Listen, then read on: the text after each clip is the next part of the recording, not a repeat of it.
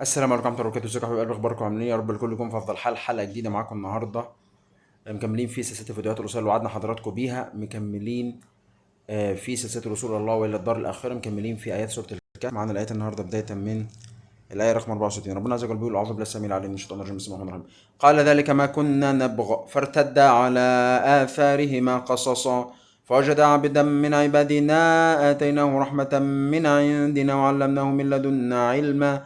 قال له موسى: هل أتبعك على أن تعلمني مما علمت رشدا. صدق الله العظيم. دي كده آيات النهارده. ندخل في حلقة النهارده على طول.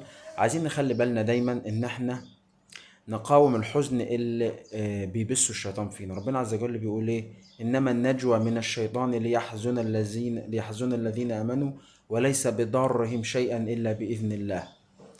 فعايز اقول لك ان ساعات كتير من وظائف الشيطان ده اصل عايز اقول لك لعنه في حد ذاته. مش بس بيوسوس للشر، مش بس بيعيق عن اعمال الخير، ده ساعات بيعيشك في حسره، بيعيشك في ندامه، بيكون عايز يعيشك في يأس من كل حاجه في اللحظه اللي انت عايزها، وتخويف من المستقبل.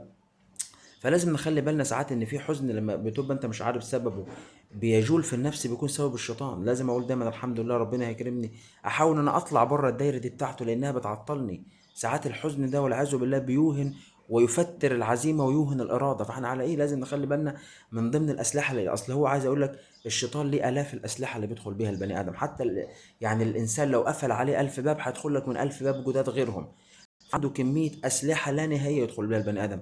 كل ما الإنسان بيعتصم ويتقوى بالله عز وجل بيقدر عليه. شوفوا الحلقة الجاية، والسلام عليكم ورحمة الله وبركاته.